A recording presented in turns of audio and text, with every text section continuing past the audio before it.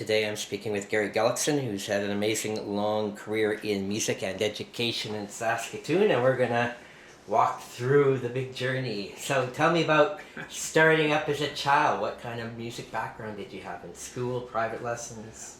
I grew up in a little town, the town of Nacum, Saskatchewan, in a family of 7 siblings, most of whom were older than myself, and I actually had a very minimal kind of background in music. I had not, when I came along, the second last of 7 children, I had the opportunity to play the piano because my parents bought a piano for the very first time. I don't think they saw anything particularly musical in me, but they drove into Regina and bought a second-hand piano, and when I had an opportunity to take piano lessons, typically in a little rural Saskatchewan town, the piano teachers were mostly itinerant that would come out on the train from Regina or Saskatoon or wherever, and they were the people that kind of got started.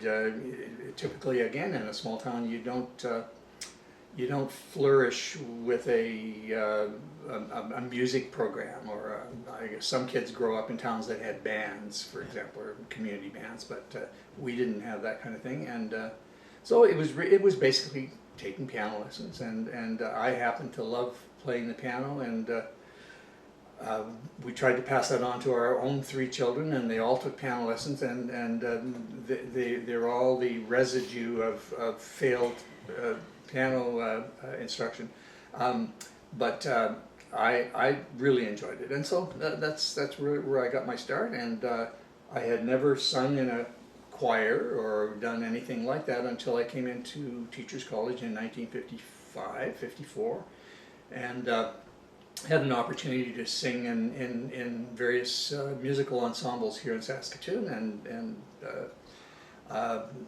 the rest just became history for me musically. I caught up and took music classes and ended up with a graduate degree in music. So yeah, so it's a long journey, but it started very simply in a little Saskatchewan town. So yes.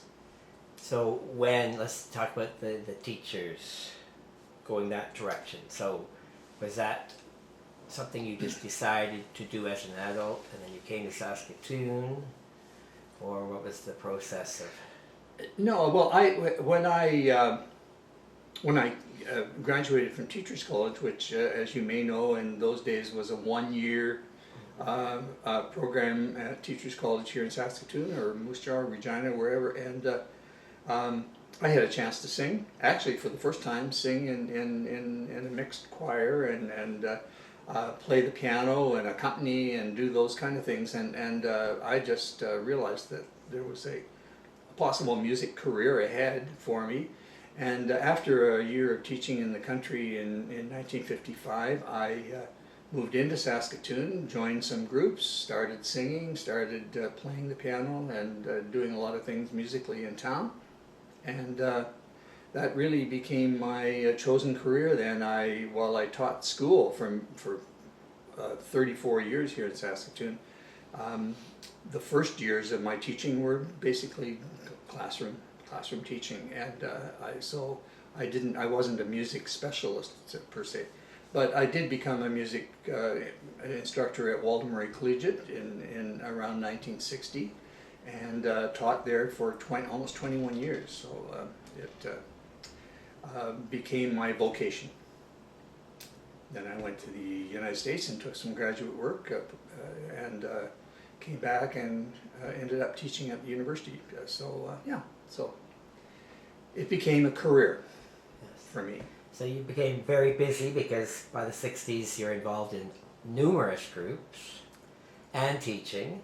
Yes. So yes. Busy well, life. there were in those days the choirs in Saskatoon were basically community volunteer, non-auditioned choirs, and that's where I got most of my experience. There was a uh, a an audition choir here in town called the Don Forbes Chorale, which when I, as a young man, I did not get into and was not successful in becoming a member of. My wife, Audrey, sang in that chorale and that choir. But unless you were, say, in Greystone Singers at university, the auditioned kind of level of choral singing was not available to most people, and so I just enjoyed community singing and singing in the Oratorio Society and church choirs and that kind of thing. Yeah.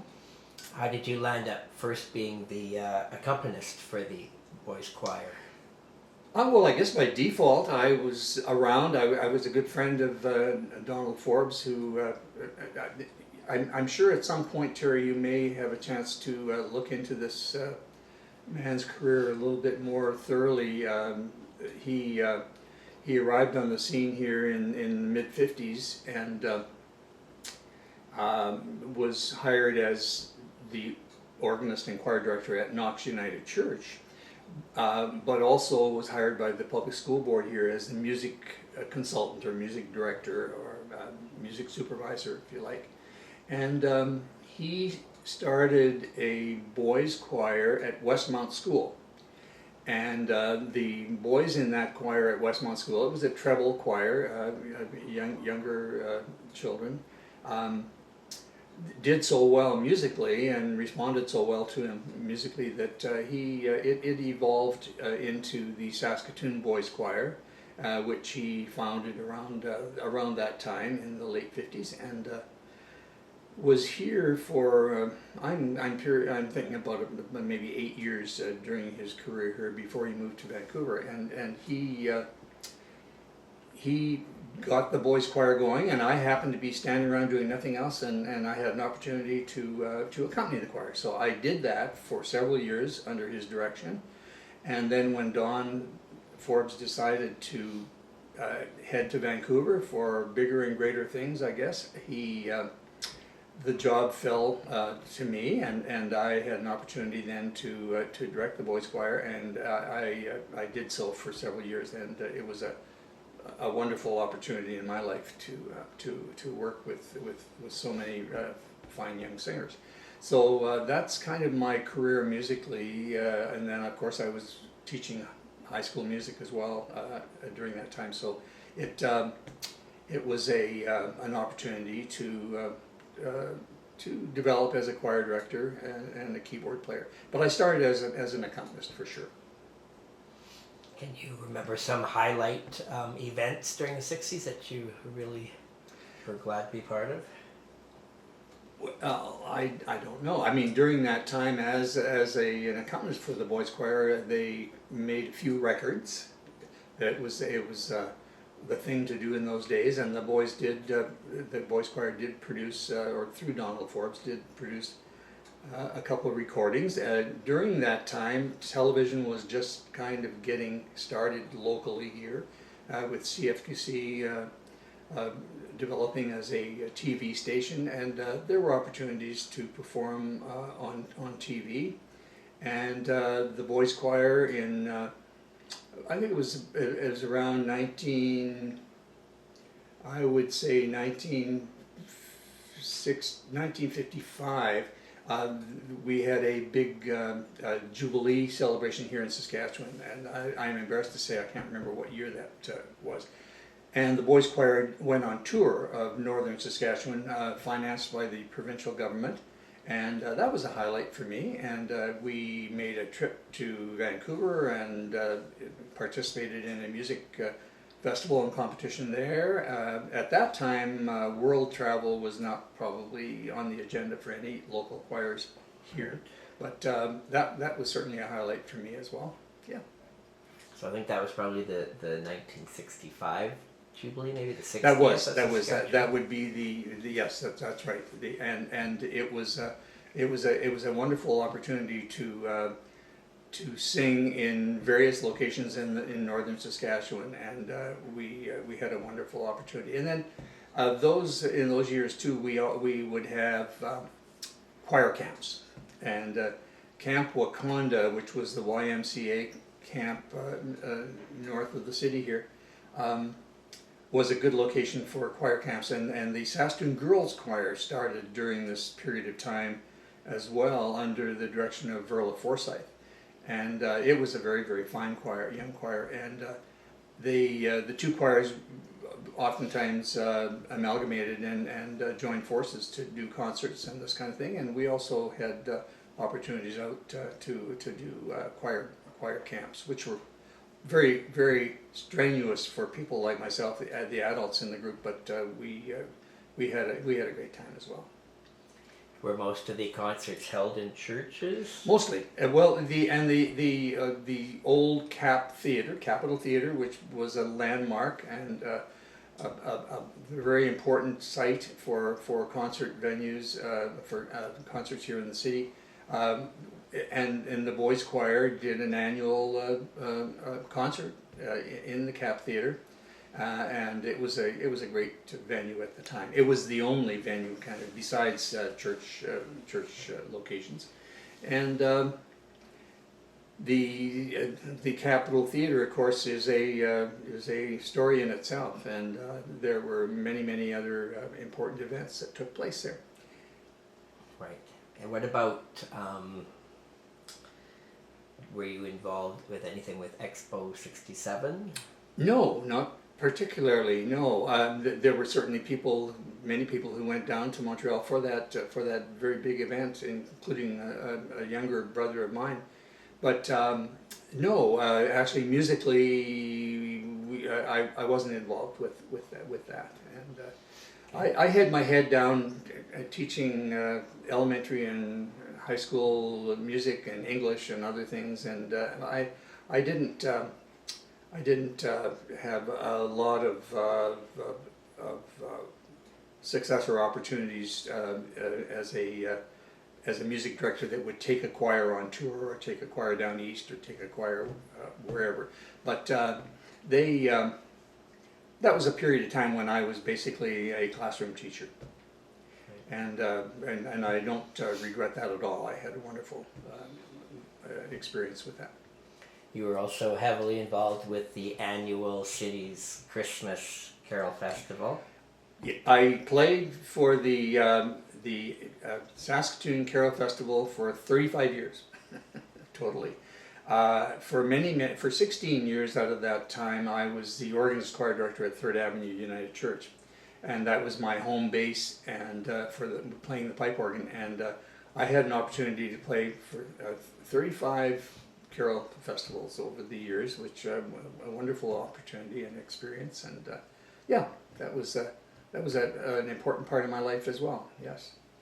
So doing something that long, do you feel that you saw some big changes occur over that time? Were the festival and performances better, say, in the 60s than in the 80s? Was there any massive changes? Not that I can recall, Terry. I had certainly there was a growth, significant growth in the music festival development or project here in the province and in the city. Music festivals were very, very important, are still very important. However, in those days, they really did provide an opportunity for many young singers and players to develop musically and mature. Music festivals were a big event, especially if you won locals and could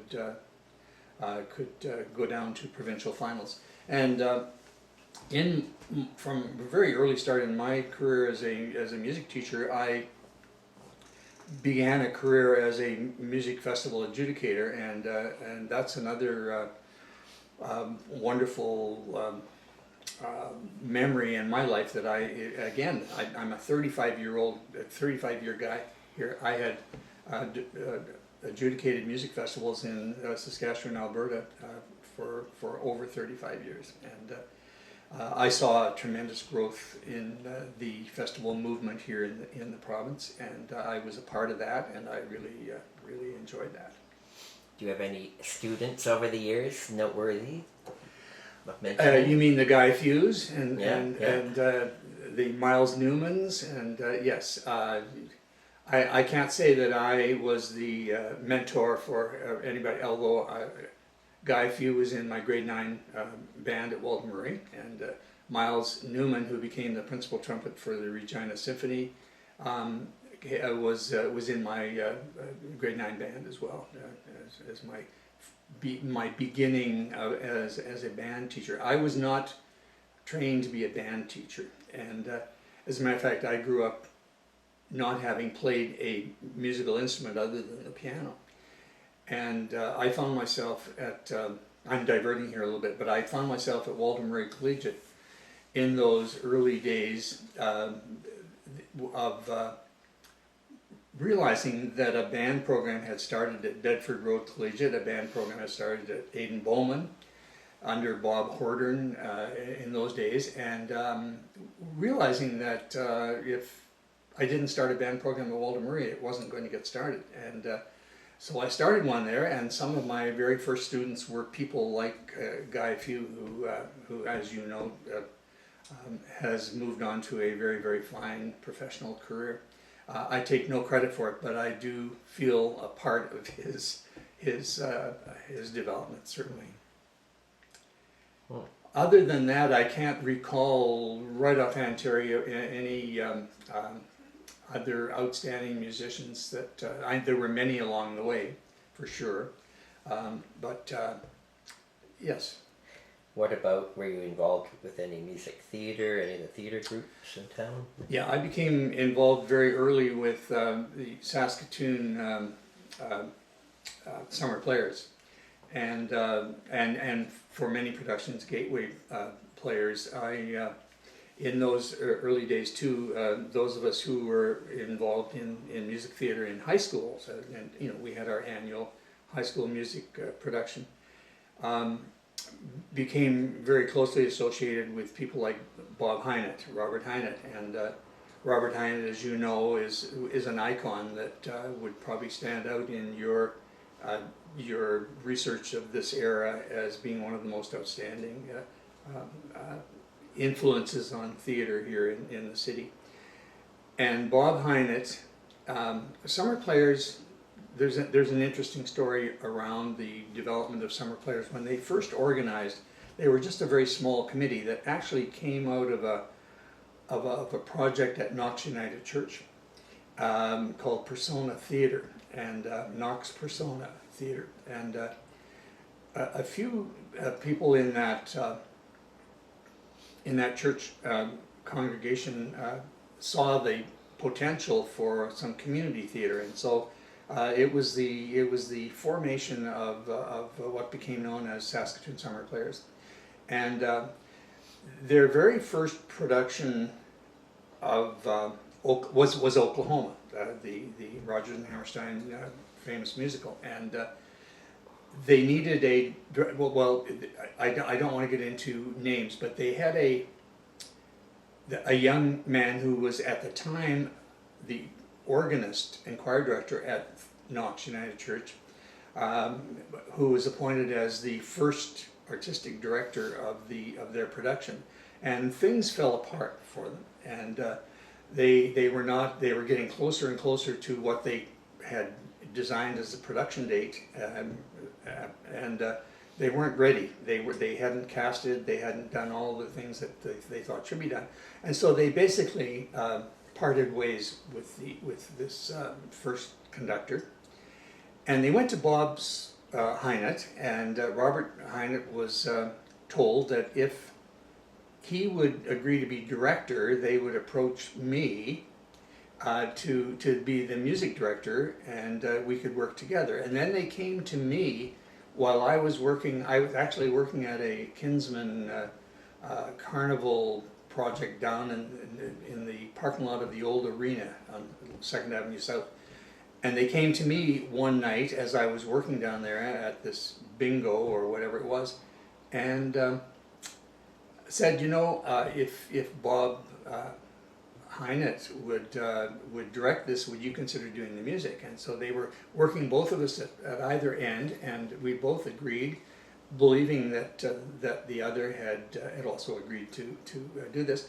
And we had the start of the first production of Oklahoma, which was produced at Walter Murray Collegiate in their little theater there, auditorium theater, and with a small cast and a small orchestra and a woman in town by the name of Margaret Jameson. And Margaret and Bert Jameson and Bert's brother Lloyd are another group of people that you might want to explore in terms of their musical contribution.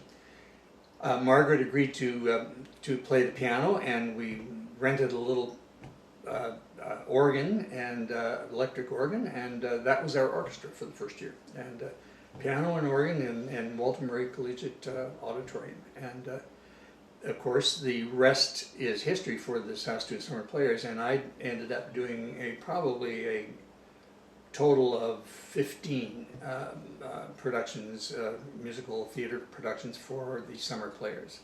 And then there were other theater groups here in town, like Gateway Players, that produced some musicals as well, and I got involved with that. And I was involved for several years with the Centennial Auditorium, and we did some productions down there on the stage of the auditorium with professional staff and this kind of thing. So yeah, so I got into music theater quite innocently, and I was pretty inexperienced and pretty green, but I learned a lot along the way, and it was a wonderful opportunity for me. How do you feel when the Centennial Auditorium finally opened? How did it change the music environment of the city? Well, the inaugural opening in 1967 of the Centennial Auditorium was indeed a marvelous event. I was not in the choir or in the original production, the Saskatoon Symphony, directed by David Kaplan at the time. Did a production of Carmina Burana, and it was a wonderful evening of music, and the auditorium got its start, and of course the rest is history there too. And I later had an opportunity to be on the auditorium board for a period of 10 years, and was board chair for a couple of those years, and the opportunity to have all these world-class musicians performing at the auditorium, of course, made this city that much more important in the international scene. And we had many fine concerts at the Centennial Auditorium, and it's doing well today. You don't see as many music theater productions, but you do get an opportunity to hear some very fine music there. Did you do anything ever at the university gym before the Centennial was? Well, the gym was the venue for large events. I was involved in many kind of mass choir events in the city, and the only large place, especially when we lost the Capitol Theater, was the university gymnasium, and it was always an interesting experience because it did not have a natural setting for music productions, and so they would bring in the risers, and they would bring in the canvas covering for the floor so that the gymnasium floor wouldn't be damaged, and it was kind of a less than perfect venue. But again, it had the space and the size that accommodated large events like mass choirs and even the early symphony concerts were well, they were first of all in the Cap Theater and eventually in the auditorium. And when the auditorium wasn't available, the university provided the gymnasia for concerts as well there. So yeah, it was a less than perfect, but required for sure. Which choirs did you run the longest? I directed the Saskatoon Boys Choir for a period of 10 years. I directed the university chorus for 10 years during my time on faculty at the university, and that would have been my longest. Well, and then I was church organist and choir director, both at Knox and Third Avenue for periods of about 15, 16 years each. So those are long tenures, actually, longer than most today. So. Yeah. Did you also do then things like perform organ for funeral services? Yeah. Well, that kind of went with the territory as well here too. I've been as a church organist, I had an opportunity, and it was an opportunity really to play for a lot of funerals and other celebrations, weddings. During my time as a church organist, I'm estimating that I played for over 200 weddings, and some of which were wonderful, and some of which were disasters, and some of which were I guess okay. But I played for many weddings. They stand out in my mind for sure. Yes.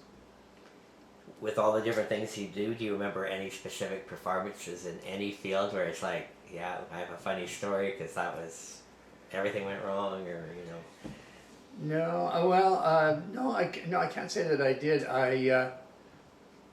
I played for a wedding at Knox United Church where two bats came out and flew over the audience's heads for a period of the whole wedding, and every time it flew over the heads of the ladies especially, there was screaming and hooting and hollering, and the poor bride and groom had to kind of suffer through this chaotic event. I played for a wedding at St. Andrew's Presbyterian Church, which by design the organ was situated right at a door leading to the outside. It was kind of a side door in the church, and a vagrant, a guy who was looking for something, wandered in while I was playing the organ, and I had to hold him back with one hand while playing the keyboard on the other during a wedding, and that was kind of an interesting experience, but nothing terribly world-shattering. Did you ever, as a musician, perform in a band setting? In a band? Like either an orchestra or a trio or anything? Yeah, well, I played. Well, the theater production, music theater productions. I did a lot of keyboard work during that time. I never, because Terry, I never played a traditional orchestral instrument. I never really had that experience of being.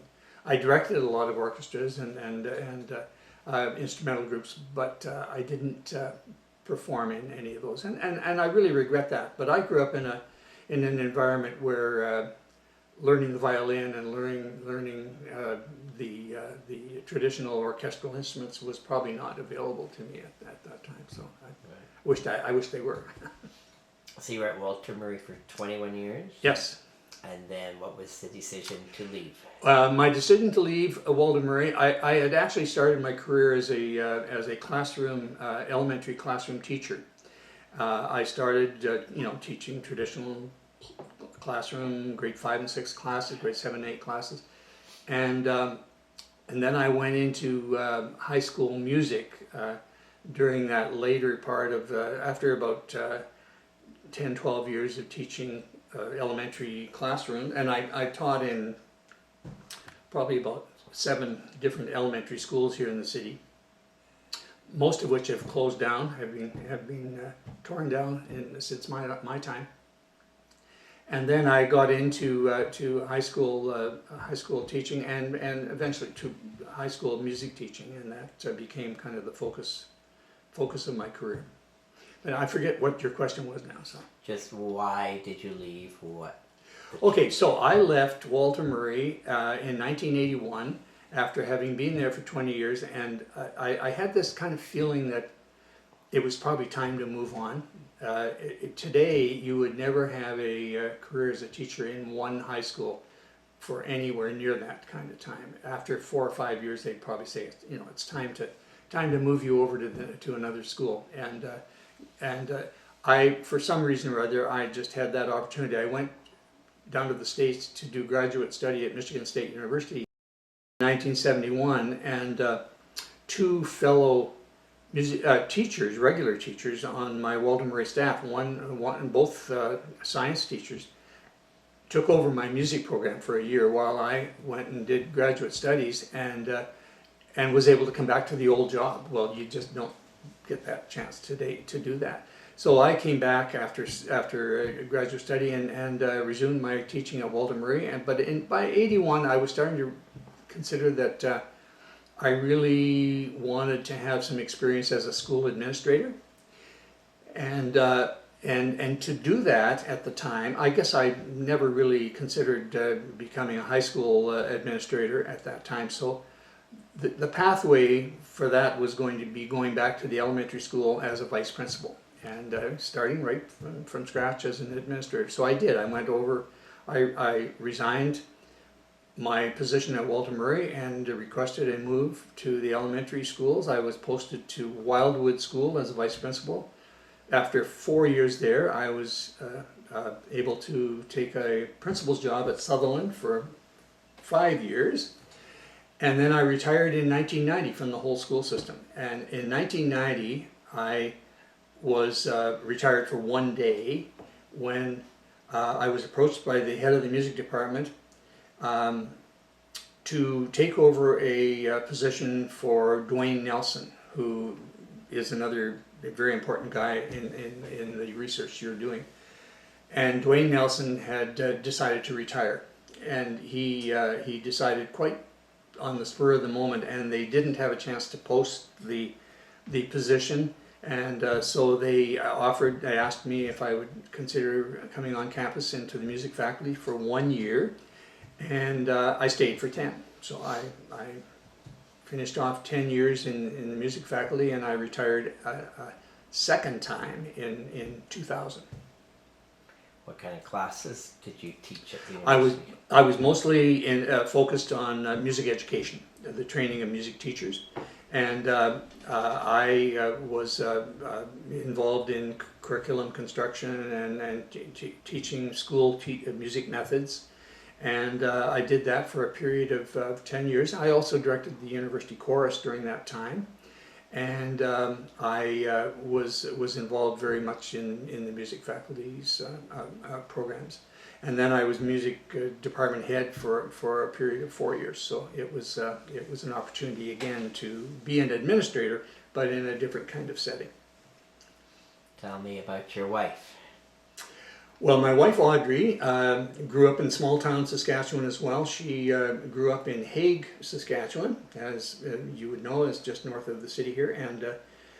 And then during a period of time when she was in grade 9, her father, who was a store owner in Hague, took a job as a finance person, accountant with the co-op in Unity, Saskatchewan, and the whole family moved to Unity. She finished her high school, a couple grades in Unity, and then took a grade 12 year at Rostern Junior College, which a lot of Mennonite children do, and she got all her musical experiences there, singing in choirs and doing those kind of things. She was also a keyboard player when she was growing up, and she and I met at Knox United Church, and she came over to sing in the choir there, and